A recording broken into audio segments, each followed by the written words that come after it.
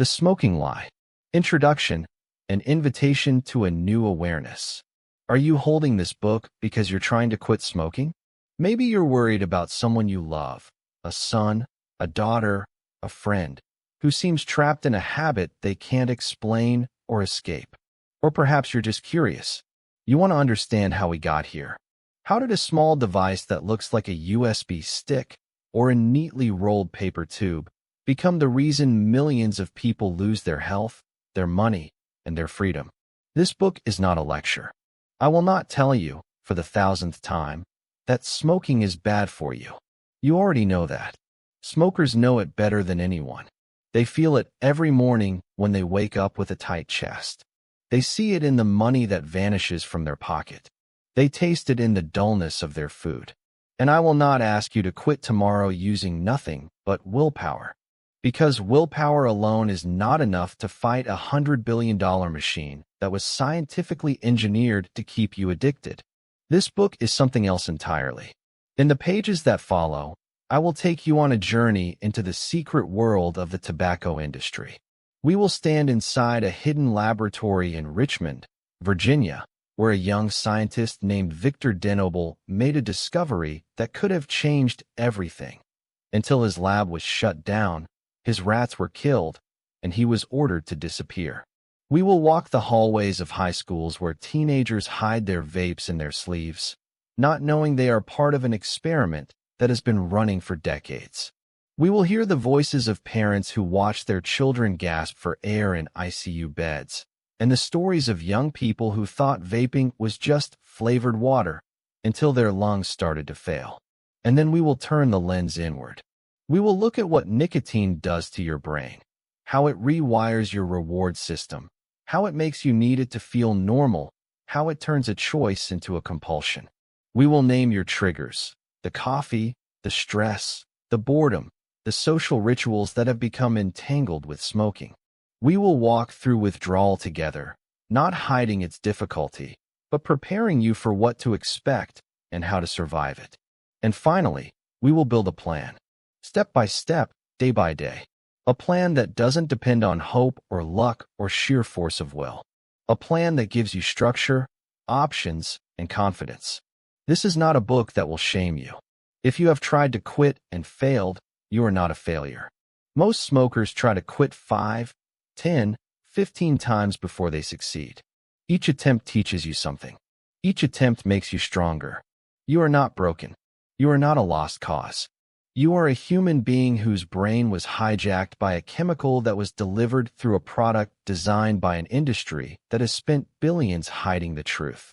Quitting is hard because it was meant to be hard. The industry made sure of that. But millions have done it. People with less willpower than you. People with more stress than you. People who smoked longer and heavier than you. If they can do it, you can too. Acknowledgements. First and foremost, I want to thank my God, who guided me, provided me with strength, and granted me the applied knowledge to quit smoking. I want to express my deepest gratitude to my wife, Marwa GM Ahmed, who played a critical role in my journey. She supported me through 2 attempts to quit, contributed to the great ideas that I have included in this book, and diligently revised the written information I provided. Finally, I want to take a moment to thank myself. I am grateful to the person I became, someone strong enough to overcome this difficulty and create the book you now hold in your hands. I wish I had these words between my hands when I was a smoker. You are lucky to have it. Part 1. The Prison, Why You Feel Trapped. Chapter 1. Why You Can't Quit, The Trap You Fell Into. You have asked yourself these questions 1,000 times. In the dark, in the silence, after the cough, before sleep. Why can't I stop? Why do I keep failing? Why did I even start? And how the hell do I get out of this? You pushed the questions away, lit another cigarette, pretended they didn't matter. But they do matter. And this book will answer every single one. Here they are. The 4 questions you keep running from. The first question. Why is it so hard to stop? Why do I fail every time I try? You have promised yourself 100 times. You have thrown away packs, set quit dates, sworn on your life. And yet, here you are, still smoking. You think something is wrong with you. You think you lack willpower. You are wrong. The second question, why should I even try to quit? You tell yourself that you enjoy it, that it relaxes you, that it helps you concentrate, that life without cigarettes would be empty, miserable, not worth living.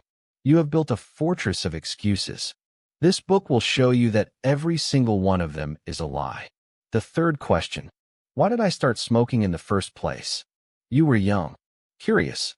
Maybe you wanted to look cool, or fit in, or rebel. You didn't know that the first cigarette was a trap. You didn't know that an industry was studying you, waiting for you. This book will take you back to that moment and show you what really happened. The fourth question, how do I actually quit? Not with hope, not with luck, with a plan that works. You have tried cold turkey. You have tried cutting down. You have tried patches, gum, maybe even pills. Nothing stuck. This book will give you something different. A step-by-step blueprint based on science, strategy, and the real experiences of someone who walked the same path. You are not alone. You are not the only one who has asked these questions and run from them.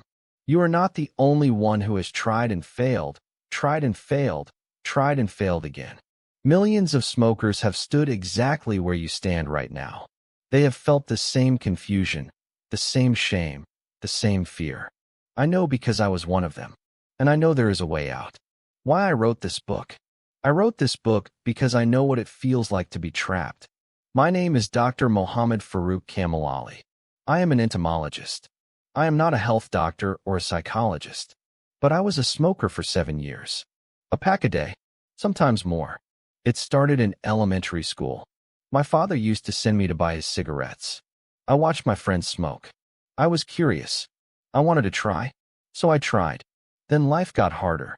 Stress piled up. And smoking became my escape. I told myself it relieved the pressure. After I got married, my wife couldn't stand the smell. The smoke on my breath when I kissed her. The smoke on my clothes, my pillow, everywhere I sat. She looked at me with disgust. And she asked me the same questions you are asking yourself right now. Over and over. That made me stop running. I wanted answers. Then came the second reason I wrote this book. My father died of liver cancer at 61. He quit smoking 3 days before he passed. 3 days. After 40 years of cigarettes, he finally stopped. But it was too late. I remember the day my brother called. The doctor had found advanced cancer. My father had only days left. My brother made a decision. He didn't tell him. He didn't want my father to spend his last days in fear. Even when my father said, "You're hiding something from me," we couldn't bring ourselves to tell him the truth. That pain, that loss, that truth, that was the strongest reason to write this book. I thought, this is what cigarettes do. They steal your father before you are ready to say goodbye. From my story to yours. You may not have lost a father to cancer. Not yet. But you know the cough, the shame, the questions you keep running from. You started somewhere. Everyone did. I started because I was curious. Because my father smoked. Because stress felt lighter with a cigarette in my hand. You started for your own reasons. Maybe the same ones. Maybe different ones. But here is the truth. You did not start alone. An industry was waiting for you. Studying you. Learning exactly what would make you light that first cigarette. So let me ask you a question. Why do teenagers start smoking at such an early age? The answer is not simple. It is a mix of psychology, social pressure, family life, and something darker. An industry that studies teenagers. That knows exactly how to reach them. That has spent billions learning what works. Let me take you back to the beginning. Curiosity. At that age, everything is new. Your brain is wired to explore. You want to try different things. New ideas keep buzzing in your mind, asking questions like, how will it taste? What will it feel like? These thoughts push you toward one action. Just try it. You tell yourself, why not? What's the harm in trying once? Everything seems new and exciting. You told me no, do not do that. My brain is saying, why not doing? Everything an adult says I would challenge. I'm powerful. You know I can do anything. Your brain is naturally wired to experiment and explore. It's a way of proving that you are growing up. But sometimes, This curiosity pushes you toward choices with consequences you can't imagine, choices that can stick with you for a long time, like smoking. Cigarette companies understand this well. They study teen curiosity carefully and know exactly how to hook young people. Adolescents are naturally more impulsive, curious, and willing to take risks. This is linked to brain development, particularly the prefrontal cortex, which governs decision-making and self-control, and which is still maturing in teens. For many teenagers, smoking starts as a harmless experiment, a dare, a joke, or a one-time thing. But with nicotine's highly addictive properties, even occasional use can lead to regular smoking. The line between experimentation and addiction can be crossed much faster than they expect. How will it taste? What will it feel like? You told yourself, why not? What's the harm in trying once? Cigarette companies understand this. They study teen curiosity. They know exactly how to hook young people. For many, smoking starts as a harmless experiment, a dare, a joke, a one-time thing. But nicotine is highly addictive. Even occasional use can lead to regular smoking. The line between experimentation and addiction is crossed much faster than you expect. Stress and anxiety. Then life pushed you to teach you a lesson. Got harder. School, family, friends, the future. You felt stressed. So you tried a cigarette. It gave you a moment of relief. Nicotine released dopamine in your brain. It made you feel better, temporarily. But the relief was deceptive. Over time, your body built dependence. Without nicotine, you felt more stress, more anxiety, more irritability. The cycle fed itself. Teens who start smoking to manage emotions often struggle more with quitting later. Depression. Sometimes sadness settled in. Heavy, empty. A cigarette felt like an escape. A fake kind of happiness. A temporary break from the weight inside you. With each puff, you felt like you were pushing the depression away. You liked that feeling, even though it wasn't real. The link between depression and smoking is well documented. Teens with depression are twice as likely to start smoking. And once they start, nicotine withdrawal makes depressive symptoms worse. A vicious cycle. The desire for independence. Holding a cigarette made you feel grown up, like no one could tell you what to do. It gave you the illusion that you owned yourself completely, that every choice was yours, even choosing to smoke. It felt like freedom. Teenagers are naturally drawn to independence. They challenge authority. Smoking becomes an act of defiance against parents, teachers, society. For a teen who feels restricted or controlled, lighting a cigarette is more than smoking. It is adulthood, rebellion, control, peer pressure. One of the strongest forces. Your friends were smoking. You wanted to belong, to fit in, to feel like part of the group. You copied what they did, not what they said. Because at that age, acceptance is survival. The fear of being excluded, ridiculed, labeled uncool.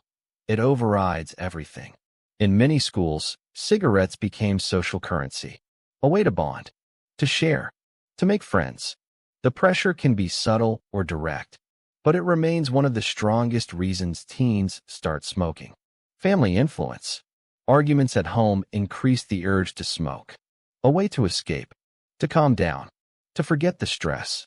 I remember one day, I had a serious argument with my father. I left the house angry and confused. I found my friend smoking Marlboro. I said, "Give me one. Let me try." When my father passed away, things got heavier. That is when I became a regular smoker. 1 pack a day? My friends were shocked.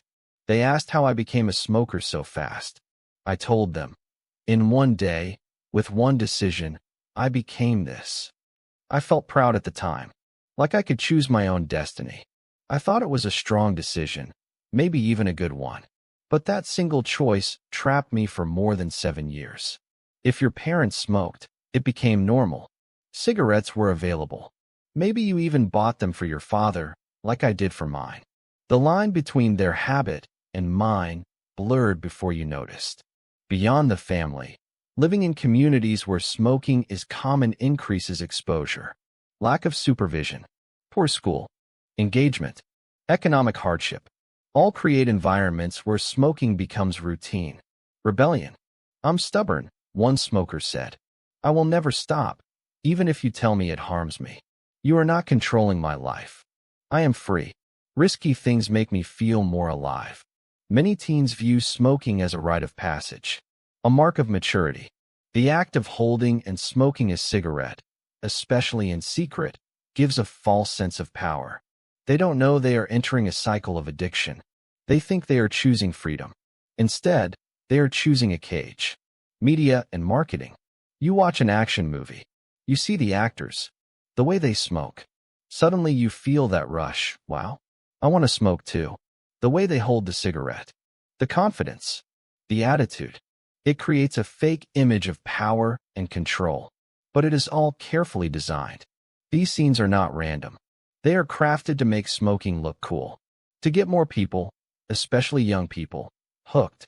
Even with restrictions on tobacco advertising, smoking is still glamorized in movies, music videos, TV shows, social media.